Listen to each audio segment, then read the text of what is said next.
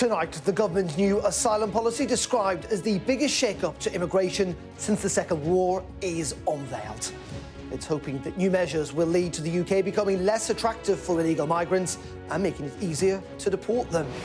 The Home Secretary, Mahmood, says that communities have been destabilised and that the country's become a more divided place, and that's why they have to act. The system feels out of control and unfair. It feels that way because it is. The pace and scale of change has destabilised communities. It is making our country a more divided place. Well, some Labour MPs tonight are not happy with what they heard. I'll be joined by one who's describing it as an attack on asylum seekers. And I'll be joined live by the Shadow Home Secretary, Chris Philp, as one Tory MP says that Mahmood has Conservative instincts. Also coming up in the next hour, as the Commons Speaker accuses the Treasury of a hokey-cokey, leaky budget, our very own Ed Conway has been looking at what's been happening to the bond markets and will explain what it's all about. And the government's looking at making it easier for us to vote. We'll be asking if stretching elections so they last several days is a good idea. All that and more with James Schneider and Claire Purcell, who will be with us for the next hour. Don't worry, guys, there are no plans to extend tonight's show. You'll be done and dusted by 8 o'clock. It's Monday. I'm Darren McCaffrey, live from Westminster, and this is the Politics Hub.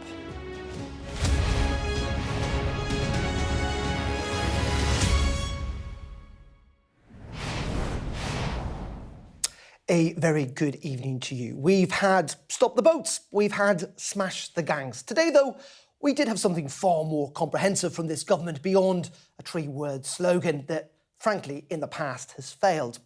Though it was branded with 4 words, restoring order and control. It is, though, a 33-page policy. And the Home Secretary, setting out the challenge today, said that unless we act, we risk losing popular consent for having an asylum system at all. And on that, Mahmood is spot on. Some might even argue we're already there today. Well, as that debate goes on, you have to look at the merits of the details from what the governments have been saying and the wider asylum system. And we will be doing that over the next hour. But for a moment, let's put that aside. This is also an argument about democratic consent, because repeatedly, voters have time and again voted for parties pledging to tackle the small boats issue. Time and again, governments have failed. This is not just a failure, though, of simple politics, but of the state itself, seemingly impotent to tackle perhaps what is voters' number one concern. It is no wonder that the public are angry. So yes, if voters are to trust this government, to trust the system, they need to see that promises are kept. Rather than the numbers rising across the channel continuing to rise, they will need to fall. Now, if the Home Secretary succeeds, she might well save this government. But if she fails, it won't just be Labour who are damaged, but the system itself. Trust in our politics to enact change, to get things done. Faith in all our politicians will have been eroded yet again. Well, as I say, that debate is still taking place in the Commons tonight, led by the Home Secretary. We'll have lots of reaction over the next hour. Let's have a report tonight, though, our first one of the day, from our political correspondent, Tamara Cohen, on how the Home Secretary's overhaul of the asylum system is likely to work. The British people have repeatedly voted for controlled immigration. If you enter Britain illegally, you will be detained and swiftly removed. People will only stop coming here illegally when they know that they cannot stay here. Conservative Home Secretaries who wanted to toughen up the asylum system. The Home Secretary. Now a Labour one says she'll bring in the most sweeping reforms of modern times to control numbers. The burden that has fallen on this country has been heavy. 400,000 have sought asylum here in the last 4 years. It is making our country a more divided place. There will never be a justification for the violence and racism of a minority. But if we fail to deal with this crisis, we will draw more people down a path that starts with anger and ends in hatred. Can we Badenoch? The Conservatives liked some of it. I do want to praise the new Home Secretary, Madam Deputy Speaker. She's bringing fresh energy and a clearer focus to this problem, and she has got more done in 70 days in the job than her predecessor did in a year. Some of what she is announcing simply does not go far enough. On this side of the House, we believe that anyone who arrives illegally, especially from safe countries, should be deported and banned from claiming asylum. The Liberal Democrats dislike the tone. What is not helpful is the Home Secretary claiming that the country is being torn apart by immigration. But the Home Secretary shot back. Unlike him, unfortunately, I am the one that is regularly called a and told to go back home. It is I who knows through my personal experience and that of my constituents just how divisive the issue of asylum has become. One new proposal is to prioritise removal of families with children whose claims have been refused, by force if necessary. Other proposals by the Home Office include limiting the right to family life under Article 8 of the European Human Rights Convention, restricting claims of torture and modern slavery, which it's claimed are being abused, and extending the amount of time in which asylum seekers can settle permanently in the UK from 5 to 20 years. The Home Secretary did promise safe and legal routes for some migrants would be set up. Well, the strategy is pretty clear. Voters, including left-leaning ones, are deeply concerned about particularly illegal migration and the need for control. And with reform soaring in the polls, the Home Secretary says this is the only way. But some Labour MPs are finding this very hard to stomach. The question is how many and how hard? This comment from the Deputy Leader of Reform will have deepened the unease. She's beginning to sound as though she's sort of putting an application for vetting to join Reform. These Labour MPs are dismayed by the proposals. It's about focusing on practicalities and not sort of referring to asylum seekers in a way which demonises them and which, frankly, does feed in to the language of the far right. I think it is cruel and I think it's inhumane, and I think that actually they will not answer the questions that we have. When we look at this so-called deterrence that the Home Secretary has outlined and briefed ahead of her statement, they remind me very much of what Robert Jenrick did with the painting over the mural for the children, and those deterrents didn't work. Asylum claims in the past year have been at the highest level ever. There are questions about how much of a dent these proposals will make. Tamara Cohen, Sky News, Westminster.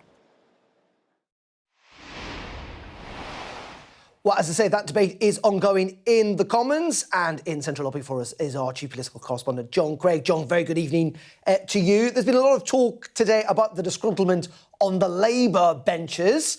What's your sense of how this has gone down in the chamber, particularly among those Labour MPs? Well, it was a really fighting performance from Shabana Mahmood, who delighted the Labour loyalists, but as we've heard, there's plenty of Labour backbenchers who are very unhappy about this. Now, she absolutely tore into political opponents. She started off by saying to Kemi Badenoch, after she offered help to get the legislation through, I'm not going to take any lectures from the Conservatives. And then there was that expletive when she was hitting back at the Lib Dem spokesman Max Wilkinson. He'd accused her of stoking division with some of the language she was using. She then took on the SNP MP, Pete Wishart, who mentioned the support for her proposals from Tommy Robinson, and she called him, that's Mr Robinson, not Mr Wishart, a vile racist. And Danny Kruger, the recently defected Tory who's now a Reform UK MP, repeated that invitation to join Reform. Over my dead body, she said. Well, this has been the sort of performance that will cheer up Labour MPs, who are pretty gloomy at the moment. And if we're talking Labour leadership, she has done herself a world of good with this performance here, in the way that she's attacked political opponents. She also took on a Labour backbencher, Sarah Owen, who we heard from, I think, in Tamara's report. Sarah Owen got up and raised this issue about snatching jewellery from families and so on, and she angrily told her no, that wasn't going to happen, and she said stop perpetuating this story, it's just not true. On the question of children, which Tamara also mentioned in her report, a couple of minutes ago, Stella Creasy asked a question about that. Now, she's another MP who's uneasy about some of these proposals. Are children going to be incarcerated? Are they going to be separated from their parents and so on? So there are concerns, but there hasn't really been a really powerful attack from the Labour left. I noticed John McDonnell was just sitting there, wasn't trying to get called. He's one of the 18 who've publicly criticised these. So I think the Home Secretary, only in the job for, what, 10 weeks, she's done herself a power of good here. She's got most Labour MPs behind her, not all, admittedly, and also at a time when Labour is talking about a possible change of leader. Well, I think the odds on her are probably shortened this evening. OK, John, live for us there in Parliament. Thank you very much indeed. And we will be speaking to Stella Creasy on this very programme in the next hour. But of course, this story is going to feature in tonight's newspapers, and we will have the press preview with this evening's news and tomorrow's headlines at 10:30 tonight with, as you can see, Adam Bolton and Kevin Maguire. Do join us for that. But first, let's bring in our duo for this evening. That's the former Director of Strategic Communications for Jeremy Corbyn, James Schneider, and the political commentator and former Home Office Special Advisor, Claire Purcell. Very good evening to you both. Claire, what's your impression of what's gone on today? Well, it's not the announcement I ever thought I'd see from a Labour government. It's quite a wide-ranging announcement. It's quite tough, where the Labour Party have normally been kind of liberal on this. So it's very interesting how it's going to be taken once everybody digests the details, which are, in fact, very short. I did have a look through the government's document on the way in today, and there doesn't seem to be that much detail out there at the moment, despite them flagging that they would have these plans fully fleshed out. James? It's repackaged every reheated thing that is pumped out that attacks migrants and refugees as if that's the problem in society. I'm nearly 40 years old. For basically all of my adult life, things have been getting worse in the country. Pay has basically been static, public services getting worse, all sorts of things going wrong. Two things have been the same also. One, the wealth of the super rich goes up and up and up, and we have increasingly anti-migrant politics. Our political class, summed up perfectly by those currently in the Labour government, who are generally speaking comfortable middle-class, professional middle-class people, project their own racism onto a working class to claim that they have to do these kinds of things. The one thing that's also, James, been a feature of your life is that essentially, certainly for a very large period, the number of migrants arriving in this country has also been going up. And let's be honest about this, we live in a democracy. You might not like the argument, you might think the argument needs to be made or it's not been made very well, but people have repeatedly voted in every election, I would say from 2015 certainly, for lower numbers of migration, whether they be asylum seekers or regular migrants, and every government has failed on that. So if you're a Democrat, you'd want to see the numbers come down, wouldn't you? This isn't about migration numbers, this is about refugees. Migration... Those numbers, I mean, as Tamara said... Refugees make up a relatively small portion of annual net migration.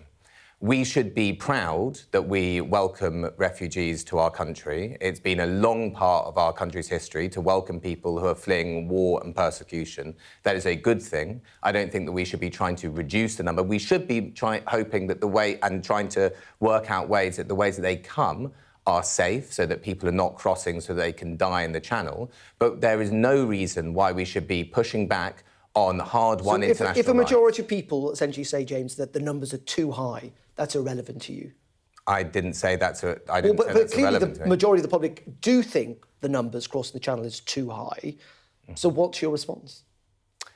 Well, I also think the numbers crossing the channel are too high. I think people should have safe ways to come to the country where they don't have to take dangerous journeys. There are currently no safe ways to come to this country to claim asylum. Zero. There's not an open route. We didn't have a problem at all as a country. There wasn't this huge, very racially motivated discourse around refugees when we correctly welcomed in a huge number of Ukrainian refugees when Russia invaded Ukraine. OK. Claire, you said there was not much detail, but we've got a general sense of what the government's trying to do here. What's your impression of it? I.e., effectively, do you think it's going to work? Because in the end, that's what Shabana Mahmood needs, isn't it? She does, and she really does need it to work. And I'm not convinced that it's going to. I'm not sure that those people making those crossings across the Channel, paying organised crime gangs to come over, are really going to look at the detail and say, oh, well, I'm not going to go to the UK because it'll be 20 years before I'm allowed to settle there. It's not going to be in their minds that the UK is going to kick them out after a certain amount of time. And what are you doing to have a deterrent a deterrent for those people coming across? Because at the moment it feels very much administrative rather than anything that you could show was making a difference. So I disagree with James. I think we need to be concerned at the amount of people coming over for many reasons. One is the safety of those people crossing the Channel, but also for how we involve them in communities, which communities are taking the brunt of this, can we afford to do it, do we have the infrastructure? I think a lot of people are concerned that things are not being done quick enough and they're having people foisted upon them. Whether that's the reality or not, how people feel is really important, and to see the amount of people coming across the Channel, people feel uncomfortable. James, is there anything you've heard today, or what do you think you've heard today from a Labour government? Is there anything I think, what about it? As in, do you think that I have a very dim view of it, obviously. I mean, no, I think it is... But do you I think it's terrible on three counts, right? Okay. It's obviously bad for refugees. It's obviously bad for refugees. I think it's obviously bad for British... It's obviously bad for British people because it does nothing to build homes, it does nothing to get hospital beds, it does nothing to get excrement out of our waters. And it's bad for the Labour Party because this kind of pitch rolling for reform will only do one thing. It will help Nigel Farage walk up the steps of Downing Street. But the point is, do you accept that you're out of kilter with most of public opinion? Because the point is, many Labour MPs, the Home Secretary would say, well, Labour need to tackle this. They would say there's a moral imperative. I think that's what the Home Secretary was saying today. But they want a Labour government to be re-elected. And this is not the way to do it. They're not going... Look, we all know they're not going to be re-elected. They're going to get thrown out with an absolute embarrassment. And this is part of the reason why. They don't stand for anything. They're not doing anything to improve anybody's lives. All they can do is parrot the lines that are pushed by the further right, by Reform and that echo chamber. And they don't have anything to show for it. Why would an ordinary person who, let's say they are really motivated, this is their top issue is small boat crossing, why would you vote for the half-fat version? Why not just vote for Farage? Yeah. Why, if you're going to be a Labour government, do Labour things. Claire, do you think this changed the political dynamic today? I mean, Shabana Mahmood, at least when it comes to messaging, which, let's be honest about, the Labour Party have not been great on recently, has managed to do a decent job when it comes to that. We know the substance, and we'll have to see how that plays out. Do you think it changes the calculus today? I don't think it changes it today. And I think the one little bit of consensus that we're going to have is that it is just handing more ammunition to Reform by saying we're in control of the narrative. Look what we've managed to do. We've got a Labour Home Secretary to put out something that we would have. So I think that that's a little bit of an own goal, but it will be quite interesting to see where Labour backbenchers take this, because there will be much discussion. Any bill that comes forward will have to go through the normal process in the House of Commons. So I would suggest that there's going to be a lot of watering down, especially when you look at children and families, because there's going to be distinct uncomfortable feelings there regarding detaining children. But also looking at personal possessions, looking at how you get people out of the country if you don't have an agreement with that country to send them back to. You talk about return hubs. Where are they? This is sort of Rwanda-esque, but without the detail again. So I think, yes, it's moved it, but not enough. Yeah, I think my big point is that given the fact that clearly government officials have proven incapable of dealing with asylum claims in terms of clearing the backlog, the fact they're going to reassess people every 2.5 years might prove a bit tricky too. Anyway, we're going to take a break here on the Politics Hub. Up next, we're going to have lots more reaction to those asylum plans announced by the Home Secretary and take a look at how the overhaul is being viewed by you around the country. Stay tuned.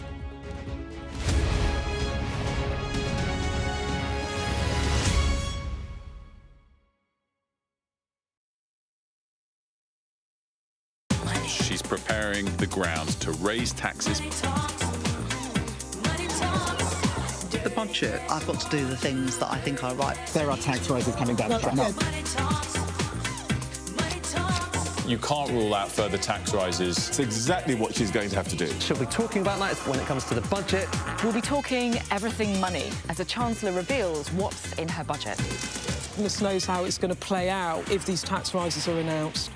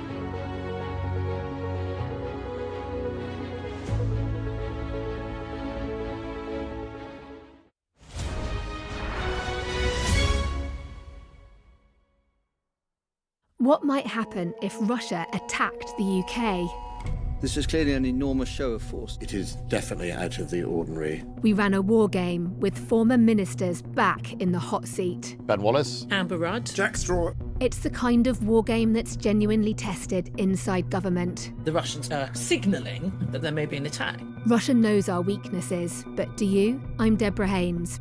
From Sky News and Tortoise, this is The War Game. Listen wherever you get your podcasts. Welcome back to Sky News and the Politics Hub. Now, we've heard about the divisions here in Westminster over the Home Secretary's overhaul of the asylum system. But how is it being viewed around the country? And can it stand up to probable legal challenges? I think that's almost fair to say that will come down the line. Well, our communities correspondent, Lisa Holland, has been taking a look. Is this a victory for protesters involved in a summer of demonstrations outside hotels housing asylum seekers? A grassroots movement of people angry about the numbers coming on small boats and Britain's wider troubled relationship with migration. Diana Bentley from West Yorkshire was one of those who took to the streets. She says it's far too soon to put away their flags for good. I don't think that the situation is going to get any better. People are losing patience and hopefully it will gather momentum. The peaceful protest will gather momentum and force the government to listen to ordinary British people who care about our country. I can speak English. A little bit? Well. A little bit of English. Asylum seekers are well aware how divisive the issue of migration now is in Britain, but rhetoric rarely scares them. However, questions are being asked about how the Home Office, already facing allegations of mismanagement, can cope with the increased administration the new strategy will bring. So we're actually quadrupling the Home Office's workload. And we already know, the notorious backlog already. People waiting months, years. Court cases just piling up. A plan by the former Conservative government to send asylum seekers to Rwanda for processing never got off the ground. And Labour's so-called one-in, one-out deal with France has so far only returned small numbers of asylum seekers. But there are different hurdles with this scheme. I think that it will work. provided that the government drafts its legislation carefully. We haven't seen a draft bill yet, so we don't know whether they have done, but I'm sure that they're very conscious of the problems. In the West Yorkshire town of Huddersfield, there was a mix of political scepticism and anger. I think it should have been done years ago. We voted Labour in to stop this, didn't we? And it's never happened, has it? So it's just, nobody does know about it. They're human beings, which I think people tend to forget. So, yes, no, I think we've become too strict. I don't necessarily think she's going to answer the problems, and it seems to me at the same time like she's trying to get the Reform voters on board who possibly wouldn't have voted for Labour anyway. Critics fear those in genuine need of sanctuary risk being alienated, but for some British voters, actions speak louder than words. Lisa Holland, Sky News. OK, let's bring back in our panel, James and Claire, who are with us. And Claire, my kind of argument at the top of this programme is, irrespective almost of what you think about migration or indeed the small boats issue, is that clearly people feel let down by the government promising to do things that they then don't deliver on. And I think that's the sense you get from Lisa's report and elsewhere, is that people are kind of fed up with governments promising to do one thing. Whether you agree with it or not actually doesn't really matter. They promise to do it and then they don't do it. Yeah, I mean, but that's always the way with politics. You're always going to come down to how it affects people's lives on a personal level, and they're going to feel let down if something is promised and not delivered upon. And I think that that's a pretty basic part of our political system. When you look at migration, the majority of people want to be kind and compassionate, and we've seen that with the Homes for Ukraine scheme, but we've also saw it with the Syrian Vulnerable Persons Resettlement Scheme of 20,000 people. And nobody was concerned then. They wanted to help, and we are a very good nation at doing so. I think what they object to are constant images of boats coming across the channel, and they are mainly men. So it's people are looking at that saying, hang on a minute, I can't just go to another country and break in. That's the language that they're using. And I think it is incumbent upon all of us to really dial down that kind of rhetoric, because I don't think it's particularly helpful. As that lady said, they are all humans. James? Yeah, we've had absolutely horrendous dehumanising rhetoric against people who are not to blame for the reason why the country is getting worse. Our political class have very few ideas how to make life better for anyone else. So they're saying, oh, well, maybe this is the problem over here. Go look at this problem. When it's not the fault of refugees that people's pay is down. It's not the fault of refugees that we've got problems in the NHS. It's not their fault we've got potholes. It's not their fault that our energy is more expensive than other European countries. But our political class doesn't want to deal with any of those things at all. Those things are actually difficult, so they don't want to deal with those things. But you can put loads of images on the news every day about small boats crossings and pretend that that is the thing which is really causing problems in our lives. I would say quite the opposite, because if you look at what the Conservative Labour government have done, this has been a massive Achilles heel for them. They have made, yes, you're right, a political issue with this, but they've done themselves damage by failing to do with it. But anyway, this is a debate that is going to carry on, because we can now speak to the Shadow Home Secretary, Chris Philp, who is in Central Lobby for us this evening. And Chris, you guys essentially are quite keen on all of this. Good evening. Well, look, where the government proposes to take small steps in the right direction, we will support them to do that.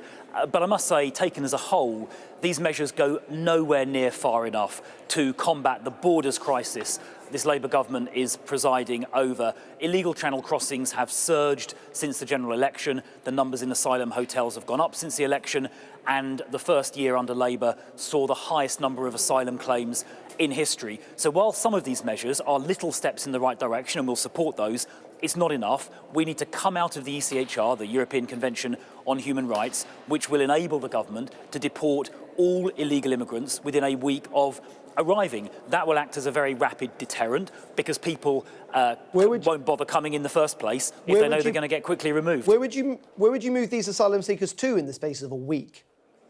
Well, first of all, to their country of origin, if that is safe or possible, and there wouldn't be any court process at all, which will speed things up a great deal and stop various vexatious human rights or modern slavery-based claims. In limited cases, it won't be possible or safe to return to the country of origin, in which case you would use a safe third country, like, for example, Rwanda. But I would make this very important point. That was a roaring success, wasn't it? 700 million quids and one asylum seeker, I think. Well, as you know, the Rwanda scheme never actually commenced. It was due to start just after the general election. But Keir Starmer's fault, because when he got elected Prime Minister on July the 4th of last year, he cancelled the Rwanda scheme about 3 weeks before the first flight was due to take off. He had no replacement plan, and as a consequence, channel crossings have surged. The point I was about to make a second ago is that you only need to remove people, all people who arrive illegally, for 2 or 3 or maybe 4 months before the deterrent effects means they stop attempting the crossing in the first place, because why would you cross if you're simply going to get removed? The Australians did something very similar about 13 years ago. They called it Operation Sovereign Borders, and when I spoke to Tony Abbott, the former Australian Prime Minister, about this a few weeks ago, he explained to me that within about 3 or 4 months of them starting that scheme, I think it was in September 2013, the illegal crossings they were experiencing from Indonesia to Australia completely Chris, stopped. First of all, come on, we're not Australia. You can't just map what happened in Australia onto the UK, for example. But the question here is, why would anyone sat at home think, oh, well, let's trust the Conservative Party again? They have got a plan. I mean, you were in power for years and these numbers surged. You're the people who started using hotels to house asylum seekers. You caused this mess largely, didn't you? Well, on your first point, the principle of a removals deterrent applies whether it's Australia or the UK. It's the principle I'm talking about. Secondly, as far as the last government is concerned, in the last full year in office, 2023, channel crossings actually went down by about a third. And in the Conservative governments, the previous government's last year in office, the use of hotels roughly halved. But we are under new leadership. Kemi Badenoch was never Prime Minister before. I was never Home Secretary. And under new leadership, we have a new plan, which we set out at our party conference. And that includes completely pulling out of the ECHR, the European Convention on Human Rights, which will enable us to make sure all illegal immigrants get removed within a week of arrival. So a new leadership and a new plan, because we can see Labour is completely failing and a new approach is needed. Illegal immigrants are not going to be deported within a week of you taking power or a week of you enacting a plan. I mean, you've gone through some of the obstacles. You haven't gone through the obstacle of countries maybe saying, well, no, we're not going to take them. It's not going to be solved in a week. Isn't this the problem with this issue, is that politicians like yourself keep claiming you're going to do stuff, keep giving the impression it's going to be relatively easy, fail, and you make people more angry?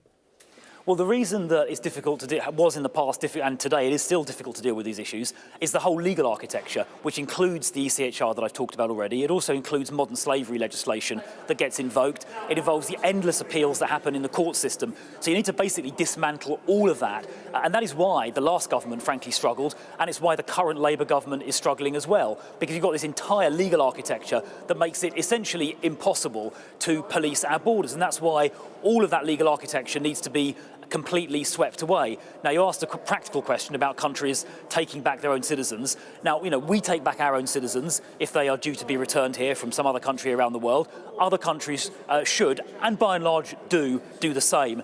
Interestingly, the government, current government, have just used powers that we legislated about 2 or 3 years ago to say that if a country does not accept back its own citizens, we will use visa sanctions. That's where we say, well, if you're not going to take your own people back, then we're not going to issue any more visas to your citizens that want to come to the UK, whether that's for work, for study, for holiday, whatever it may be. And now the USA, the Donald Trump administration, did something quite similar. And in the last 6 or 9 months, they've had a lot of success in making sure that recalcitrant and we don't know nations have accepted back their own citizens, which is a reasonable thing to require them to do. We do the same in reverse. But Chris, I mean, to say you're over-promising, anyway, we shall see. On these current proposals, are you guys going to back the government on this? You're going to vote this through? You're going to give them the votes?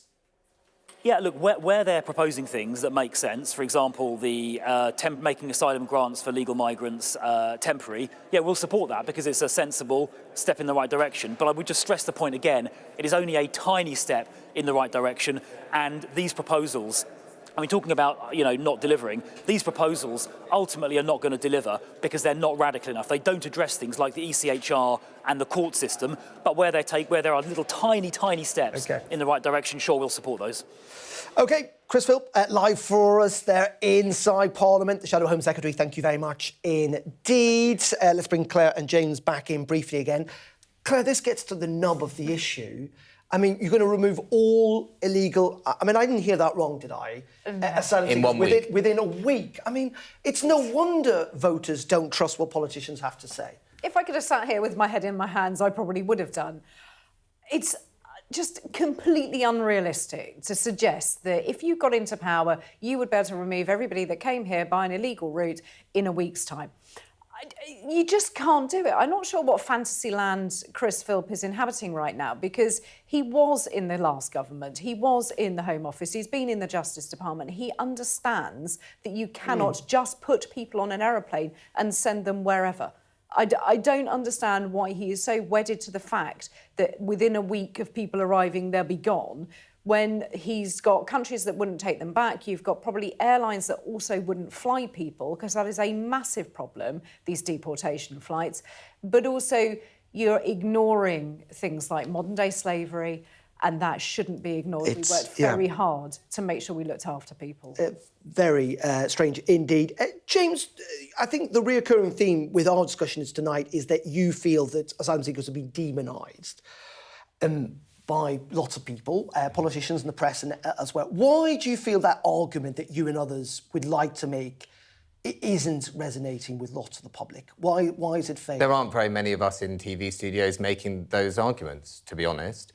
And we get lots of that kind of fact and humanity-free disquisition from Chris Philp. The three biggest nationalities for people crossing on small boats and claiming asylum are Afghanistan, Eritrea and Sudan. Are you going to send back into a brutal civil war in Sudan people within a week or at all? You can send people back to Eritrea where they face indefinite military conscription. You're going to send people back who worked with British NGOs during our occupation of Afghanistan back to the Taliban.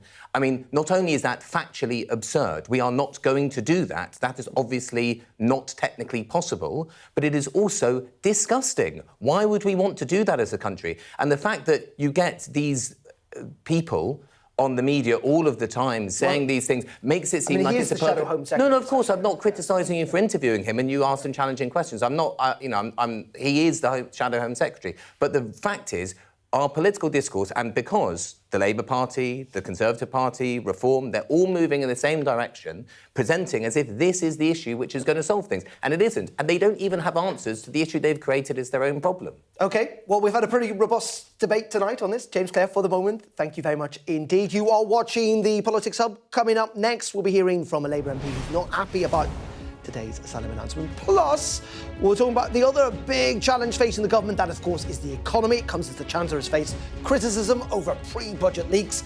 We'll have analysis on how speculation has affected the market with Ed Conway. That is in just a couple of minutes. Stay tuned.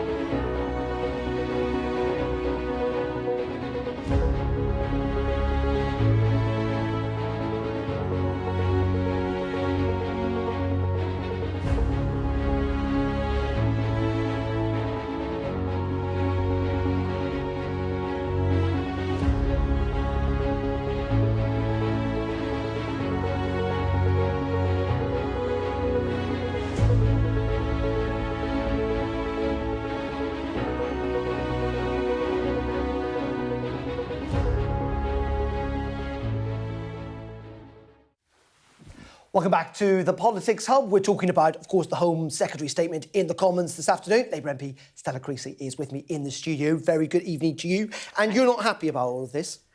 I have some very grave concerns, and I have to be honest, the response I got from Shabana didn't allay those concerns. I am particularly worried. I have read the policy documents. She did say that she thought I might not have. I have read the policy documents and what it says about enforced returns of children with their parents. And these are children whose parents have been agreed are refugees. So we're not talking about people who failed in an asylum claim. We are talking about people who we've accepted are fleeing persecution, but the government wants to decide some years in the future that it's now safe for them to return. Well, these people will have kids. So this would come when the 2.5-year limit is up. There's an assessment made on essentially the entire family. Yeah, I mean, I'm thinking particularly, I work a lot with a lot of Syrian families, and they've been here for some time now. Their kids are in school. They've started to build lives here. But I thought the whole point is that this is only going to happen to new arrivals. That's one of the things that's not entirely clear, and we've been asking the government about this. And one of the things I want to be clear about is that we have duties under the UN Convention on the Rights of the Child about child's welfare. So if you're talking about a system that is now going to look at enforced removal of children with their families, you need to be clear about... So even if this is going forward, you wouldn't be happy? Are you going to lock children up with their mums and dads, or are you going to separate them from their mums and dads? And how are you going to make sure in that process that you don't disrupt their schooling? I suppose the government would say, in essence, though, the whole point of this kind of rolling review, if you like, is to deter people from coming. That the refugee status may well stage. Yeah, and this is the thing I also find confusing, because their own Home Office research says that that's just not a deterrent. What I worry about is I want better border controls. I absolutely want to stop the boats. I don't want people at the behest of smugglers. I'm not sure what's been announced today and what they're talking about will do that. And I particularly do not understand how we think if somebody is declared a genuine refugee, they are definitely fleeing persecution, that constant revision. So you can never settle. You can't really get a job because you might be deported. You can't really get a bank account, so you can't manage your money. You know, could you actually get a mortgage? Could you build a life here? And certainly could your kids, if they form friendships in a local community, what will happen to them? I think these are the hard contact questions. They are the hard questions, and the government would turn around and say, and I think the Home Secretary did say this today, that people are using their families when they are essentially failed asylum seekers to try and stay in the UK. I think she talked about an example of 700 Albanians. Do you at least recognise that some people are trying to... Just as everybody who comes to me asking for help with a parking ticket, not everybody is wary of an appeal. So some people absolutely claim asylum who should not. But I'm talking about people who we have declared to be a refugee. We've recognised they need sanctuary. I mean, actually, the Ukrainians are another good example of this. There are lots of Ukrainian children now in our schools. Are we actually saying that even if those children have built lives here, they've been here for at least 4 years, and for a little child, that is a substantial amount of time, we will not let them stay? But isn't the whole point of the asylum system that they're called asylum seekers, they're seeking asylum, if, and this does happen, and hopefully it will, the world, hopefully in certain places will get better, that the place they've come from has got safer. To lots of people, I would suggest, they would say, well, then why wouldn't they return? Because they have come to seek asylum. Well, and I understand that is a debate on social media. Let's look at the realities. There are very few. There are very few conflicts that are short. So the civil wars, the things that might have driven people to this country, that in many years past we've been proud to offer people sanctuary because we've reckoned they're at risk. Those people who are victims of torture, those people for whom their sexuality means they will always be persecuted in their home nations. One of the reasons why we have that convention, one of the reasons why we say absolutely, if we've declared and decided that you are a refugee, and as a different category for the people you might say fail that test, is we say you want to be able to rebuild your life, don't you? We want you to be able to make a contribution. I look at Denmark and I see that their employment rates for refugees are 20% lower than our rates for their Danish natives. And I draw the contrast with the UK, where actually, frankly, UK migrants have higher. So how would you build?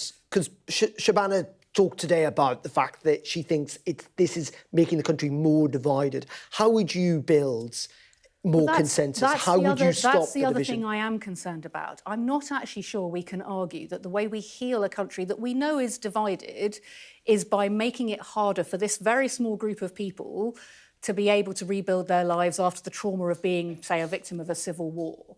I just don't believe that that's actually, when I see the division in our country... Are you going to... I think people want people to be able to integrate, because the refugees that they know will be their friends from the workplace, they'll be the kids' mothers of the kids that their kids hang out with. OK. And I think there's just something here about a fair system that also says we want you to be able to get on and rebuild your life rather than be dependent on the welfare state all the time. And just in one word, if you can, you're going to vote against this? I want to see them respond to these concerns, because I have to be honest, I don't think Shabana answered my question today. OK, I will keep so you asking may be all persuadable. Stella, always a pleasure. Thank you very much indeed. Stella Creasy there joining us. Thank you. Now, let's turn on to the other big issue facing the government, and of course, that is the economy. The budget is next week, and the cost of government borrowing did steady today following a sell-off in the gilt market on Friday. It was sparked, of course, by speculation about the change of direction in that budget. Downing Street said the Chancellor is clear on the need to deliver stability, but a former Bank of England economist has told Sky News that the build-up to Rachel Reeves' statement next week has been a circus that's damaged growth. And the Shadow Chancellor, Mel Stride, also has been critical of the briefings coming from the Treasury. The Chancellor and her officials may think this is a game they are playing, but it has real-life consequences, impacting markets, as we saw on Friday. And more than that, Mr. Speaker, it shows an utter contempt for this House. In this place, questions about the budget are always met with the same answer. Decisions on tax will be announced at the budget. That is right and proper.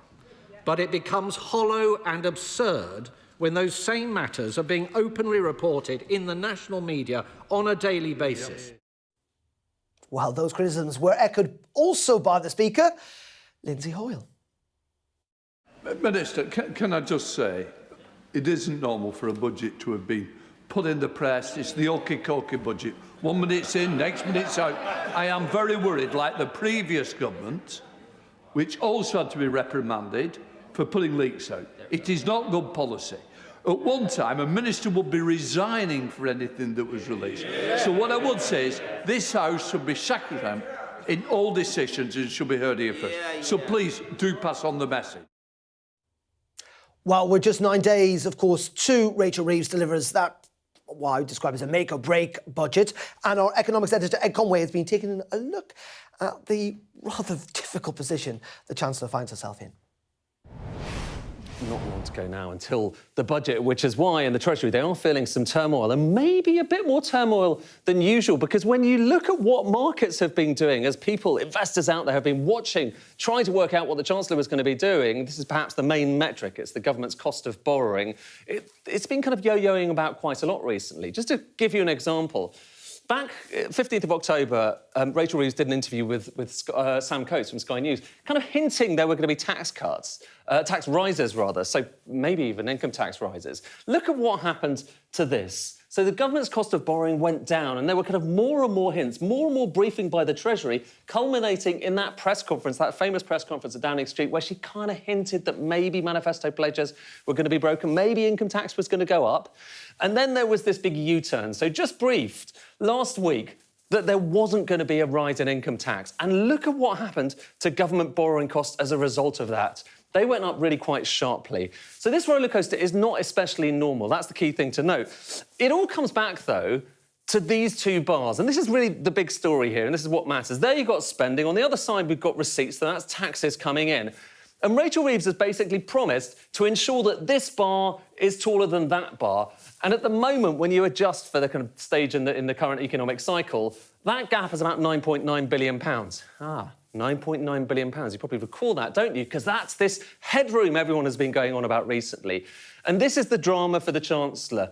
As all of these things change, the OBR's assessment for how well the economy is doing, the U-turns the government has done, that has been kind of ground away. First of all, if you consider those U-turns, that has eroded this by about £6.6 billion. So you've got no longer 9.9, you've got £3.9 billion because of winter fuel allowances, all of those other U-turns and welfare. On top of that, debt interest, the chart I showed you a moment ago, that's been quite high for quite a long time, and that implies, again, a higher cost. And it's worth saying, already, as a result of those two things, that the Chancellor does kind of have a bearing on, you're down into negative territory. She's broken her rules. But then along come these potential forecast changes from the Office of Budget Responsibility, and that pushes this all the way down there. And what has happened recently, perhaps suggesting the government might well have. By the way, if you want to get back up there, you're talking about £23 billion. If you want to get back up to £20 billion, that's pretty enormous. You're talking about getting, between 30 and 40 billion pounds. The thing that's changed, OK, is that the OBR might not be as pessimistic as people thought. And also, debt interest hasn't been as high as it previously was, that chart I showed you at the start. And as a result of that, this bar is going a bit higher and the gap is less big. But there's still a big gap. And that kind of raises the prospect of there being lots of potential extra little taxes, maybe itty-bitty rather than big one, when it comes to the budget itself. Well, James and Claire are still with me. James, Speaker's quite right. It is a bit of a hokey-cokey budget in the sense of we keep getting teased that this might happen and then, no, it won't. Yeah, it's a good line, and that's really not the way they should be. They should be running it. I mean, they've got all of these little bitty taxes that they think they're going to raise up, and you think, are they floating them, or is this actually the strategy? And either way, it's not good. It doesn't give a kind of, we have a calm plan. Even if your story is things are difficult, but we have a plan. And that's why in 3 years' time, these 3 big budget lines that we have a problem with, they will be reducing. And these areas of tax revenue will be increasing because we're bringing in, let's say, a new wealth tax on financial assets, which will start to bring in more money, whatever it is. It doesn't seem calm. And that's what you want. Whichever way you want the politics to go, you do want it to be And this whole fiasco, Claire, about the income tax is quite mad, isn't it? I want to go back to the days where we had purdah around the budget. Nobody said anything. Nobody, there was a lot of speculation in the background, but all we've had is drip, drip, drip. And there's flying a kite to see how it lands, that's one thing. But to say something is in and then to U-turn and say that it's out, so far out from a budget, it's not the right thing. Purdah and whiskey back for budgets, I think, might be the way forward. OK, for the moment, thank you very much. We'll take one last break on the Politics Hub. Up next, ballot boxes in school and elections that last for days. Plans on how to modernise how we currently vote. That's after the break. Coming up on the UK Tonight at 8 o'clock, we'll get both sides of the argument as the Home Secretary sets out her plans to make the UK less attractive to asylum seekers. Also ahead, the mountain of rubbish fly tip next to a busy road in Oxfordshire that has to be seen to be believed. I'll be speaking to the parents arrested after criticising their daughter's school, who've now been given £20,000 in damages by the police. All that and more on the UK Tonight at 8 o'clock.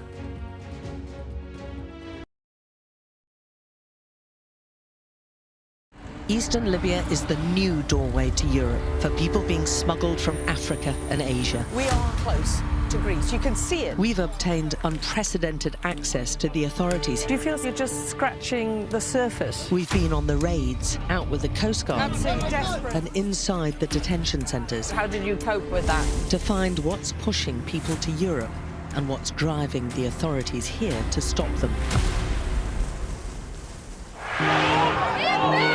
Mayhem in the Middle East, rippling in America's West. Get back! Get back! The resolve of these protesters is now being seriously tested. I saw police being forced or pushing young men and women to the ground as they made almost 100 arrests. None of this is a peaceful protest. I'm Martha Kellner and I'm Sky's US correspondent based here in Los Angeles. How are you feeling? I am angry. It is an anti-woman agenda. Will the cold affect your voters? Well, we have a lot of tremendous support, but it's nasty out there.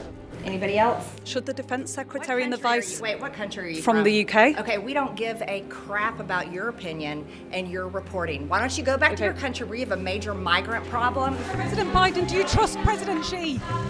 President Biden says that this meeting went well. He said real progress was made on a whole host of issues. Will your candidates win? I hope so. I think they will. I think they're great candidates. There's no doubt that Kamala Harris and her team are harnessing the power of social media. Do you think Kamala is brat? Kamala's brat. Are you scared? Yeah, we were scared. It was terrible. Strong wind, building tearing down. As them say, God works, so we can't do nothing. The people here know that worse storms may well be on their way. Sky News, get the full story first. Free wherever you get your news. Ghislaine Maxwell has pleaded not guilty to all 6 charges against her. Mum, how are you feeling today? Jeffrey said, you answer to Ghislaine, you just don't cross her.